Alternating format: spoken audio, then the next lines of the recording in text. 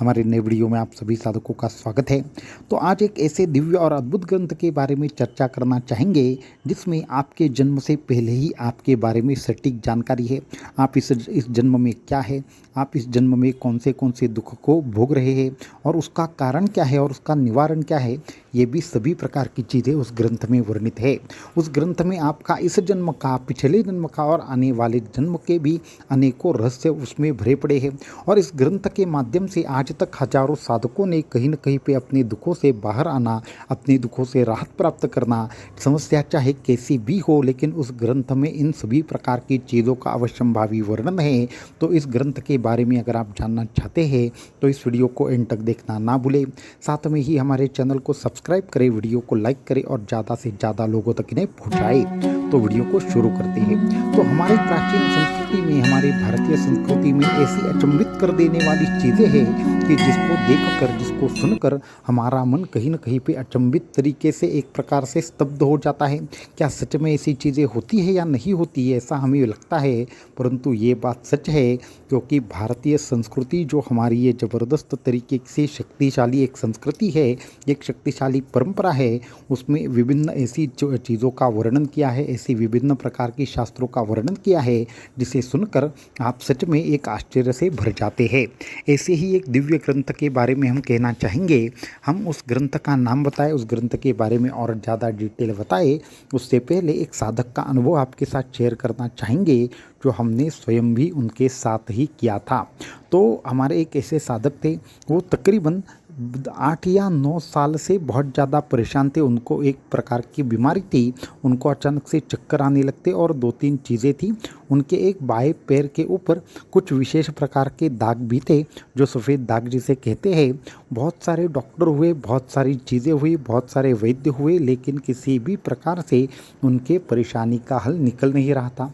तकरीबन 8 साल तक उनको ऐसा था कि उनको ऐसे ही चक्कर आने लगते, कुछ भी करे लेकिन कुछ भी कोई भी दवाई उनके ऊपर कार्य नहीं करती। और ये सब होने के बावजूद भी कोई भी मेडिकल टेस्ट में उनकी दवाई या फिर उनके जो भी उनको परेशानी थी उसकी कोई भी एक वजह उनको पता नहीं चल रही थी। तो ये तकरीबन 7-8 साल चला। उसके बाद उन्होंने कुछ पूजा अर्चना की, उसके बाद कुछ तांत्रिक हुए, किसी ने बताया बाधा है तो उसके लिए भी निराकरण किया गया, परंतु उसका कोई भी किसी भी प्रकार से हल मिलने का वहाँ पे कोई भी ऐसा प्रावधान उनको नज़र नहीं आ रहा था। वो इतने ज़्यादा डिप्रेस हो गए थे कि उनके जीवन में कुछ होगा ऐसा अभी उनको लगना बंद हो चुका था। तो इन सब चीज़ों में वो उनका बहुत ज़्यादा समय बीता। उसके बाद वो दत्त संप्रदाय के संदर्भ में आए, उन्होंने एक गुरुचरित्र का पारायण किया और उसके बाद उनकी और हमारी मुलाकात एक हमारे साधक के माध्यम से हुई। तो वो जब समस्या के लिए आ रहे थे उस वक्त भी उनको 2 बार चक्कर आ गए। तो फिर ये सब चीज़ें हो रही थी, फिर भी वो हमारे पास आए। जब हमारे पास आए तो हम पूजा गृह में हमारा कुछ अनुष्ठान वगैरह चल रहा था। तो वो अनुष्ठान हमने ख़त्म करने के बाद उनकी तरफ देखा तो उनको हमने पूछा कि आपकी समस्या क्या है। तो उन्होंने हमें ये जवाब दिया कि गुरुजी, हमें पिछले 8-9 साल से हम बहुत ज़्यादा परेशान हैं, ज़िंदगी में करने जैसा कुछ अभी रहा नहीं, परंतु किसी भी उपाय से हमारी समस्या का समाधान नहीं हो रहा। हम बहुत सारे वैद्य कर लिए लेकिन कुछ भी उसका दवाई का उपयोग नहीं हुआ। बहुत सारे जाने माने डॉक्टरों से मिले, बहुत ज़्यादा मेडिकल पर खर्चा किया, तकरीबन 8-10 लाख रुपए खर्चा किया, परंतु हमारे हाथ में कुछ भी नहीं लगा। ऐसा वो बार बार कह रहे थे, थोड़ा रो रहे थे और वो अत्यंत ज़्यादा एक कठिन प्रसंग से गुजर रहे थे। इसमें हम उनको कहीं न कहीं पे ये बोल रहे थे कि आपकी समस्या का समाधान होगा, परंतु आपकी जो समस्या है उस समस्या का जो भी कारण है वह इस जन्म में नहीं है, वो कहीं न कहीं पे पिछले जन्म से संबंधित है। तो अभी उनको यह आश्चर्य लगा कि हमारे इस जन्म की समस्या का कारण पिछले जन्म में ये कैसे हो सकता है। तो हमने कहा कि हमारी भारतीय संस्कृति में अद्भुत ऐसी विद्याएं हैं, अद्भुत ऐसे ग्रंथ है। तो ऐसे ही उस ग्रंथ के बारे में हमने उनको बताया जिसके बारे में गुरुदेव ने हमें पहले ही बताया था। और हमने वहाँ पे बहुत ज़्यादा तौर पर अगर कहा जाए स्पष्ट तौर पर तो उस मूल ग्रंथ को भी हमने देखा है और आज के समय में भी वह ग्रंथ अवेलेबल है, तो उस ग्रंथ में हम देखेंगे, ऐसा उनको कहा। तो जब हम उनको देख रहे थे तो उनके कुछ पिछले जन्म की बातें, ऐसी चीज़ें जो उन्होंने की थी वो स्पष्ट रूप से हमें दिखाई दे रही थी, परंतु उसके ऊपर उनका विश्वास बैठे, इसलिए उस ग्रंथ के माध्यम से हमने आप सभी चीज़ें पता कर लीजिए, ऐसा उनको हमने कहा। उसके बाद वो ठीक है कह गए। उसके बाद 2 दिन बाद जब आए तो हमने उनको एक विशेष जगह पर ले गए, वहाँ पे वह ग्रंथ रखा था। आज भी वो ग्रंथ हमारे साथ रहता है। तो ऐसे ग्रंथ के माध्यम से क्या किया हमने, उस व्यक्ति को उसके जो भी चीज़ें थी उन सभी चीज़ों का पता लगाया।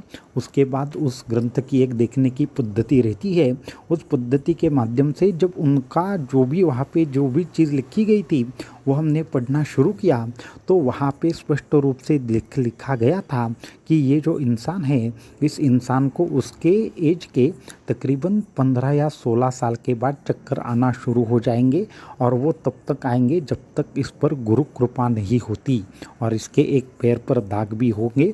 उसके लिए एक विशेष उपाय उस ग्रंथ में दिया गया था, और उसका कारण भी वही बताया था जो हमने उस साधक को बताया कि उसने कहीं न कहीं पे बहुत सारी ऐसी जीवों की हत्या की है जो एक प्रकार से पशु पक्षी रहते हैं, या फिर जो एक प्रकार से सर्प वगैरह रहते हैं, ऐसी पशु पक्षियों की या फिर ऐसी जीवों की हत्या करने की वजह से ही उनको ये कठिनाइयाँ थी। और उसके ऊपर शिवजी का एक विशेष स्तोत्र और कुछ उपाय उस ग्रंथ में दिए गए थे कि जो करने से उनके जीवन की सभी प्रकार की समस्याएं 6 माह के अंदर ही ख़त्म हो जाए। तो इस तरीके की सभी चीज़ें करने के बाद उस साधक ने तकरीबन 6 माह तक किया, और 6 माह में तकरीबन 18 बार उनको सपना आया कि किस तरीके से उनके माध्यम से उस जीवों की हत्या की, जो भी चीज़ें की, और धीरे धीरे करके उनको क्या हुआ, उनकी जो समस्या थी वो कम हो गई, और साल भर में वो समस्या से मुक्त हो गए।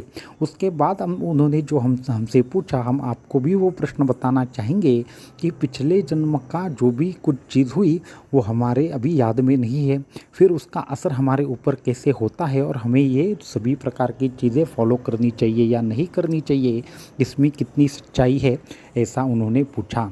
तो आपके भी मन में यह प्रश्न आता होगा कि ये सब चीज़ें हमारे लिए उपयोगी है या नहीं। तो हाँ, हम कहना चाहेंगे आपके लिए भी उपयोगी है, क्योंकि हमारे जीवन की बहुत ज़्यादा समस्याओं का संबंध हमारे पूर्व कर्म से होता है। ये जो पूर्व कर्म है वो सिर्फ इस जन्म का नहीं होता, अपितु अनेकों जन्मों का होता है। तो अगर उस पूर्व कर्म का नाश हो जाए तो हमारा कहीं न कहीं पे संपूर्ण तरीके से उद्धार मुमकिन है। इसलिए जो पूर्व कर्म हमारे यहाँ पे कहे गए हैं, उन पूर्व कर्म को नाश करना अत्यंत आवश्यक है, और उसके लिए उस ग्रंथ में जो विधि दी गई है उस हिसाब से अगर आप सभी प्रकार से चीज़ें वह फॉलो करते हैं तो आपके भी जीवन का दुख का नाश होगा, उस इंसान का जिस तरीके से हुआ। तो उस ग्रंथ का नाम है, जिस ग्रंथ में ये सारी चीज़ें दी गई है, उस ग्रंथ का नाम है भृगु संहिता। भृगु संहिता का हमारा बहुत ज़बरदस्त ऐसा अनुभव है, हमें बहुत ज़बरदस्त ऐसे तकरीबन 100 से ज़्यादा साधक हमारे ऐसे हैं जिनके लिए हमने भृगु संहिता देखी थी, और उसके माध्यम से उन्होंने जो भी उनको कठिनाई थी, जो भी उनके जीवन में परेशानी थी, उन सभी चीज़ों का कहीं न कहीं पे हल निकाला, और वो समस्या से बाहर आ गए, समस्या से मुक्त हो गए। इस तरीके से सभी जो चीज़ें थी वो भृगु संहिता के माध्यम से होती है। ये सच में चीज़ें होती है, ऐसी अनेकों घटनाएं हमने देखी। आने वाले कुछ वीडियोज़ में और कुछ किस्से और कुछ ऐसी चीज़ें और कुछ ऐसे अनुभव जो साधकों के हो वो हम बताना ज़रूर चाहेंगे, परंतु ऐसी तमाम विद्याएँ आज भी भारत में मौजूद है जिसकी आप केवल कल्पना कर सकते हैं या कल्पना भी नहीं कर सकते। तो ऐसे ही अनेक चीज़ें अगर आप जानना चाहते हैं तो हमारे चैनल के साथ ज़रूर जुड़े रहे। भृगु संहिता के माध्यम से आप अपना भी जो भी परेशानी हो उसका आपको ज्ञान हो सकता है, परंतु वैसा जानकार आदमी, वैसा जानकार व्यक्ति आपके संदर्भ में होना चाहिए। फिर आपको इन सभी चीज़ों का पता लगाना कहीं न कहीं पे मुमकिन हो सकता है। अवधूत चिंतन श्री गुरुदेव दत्त।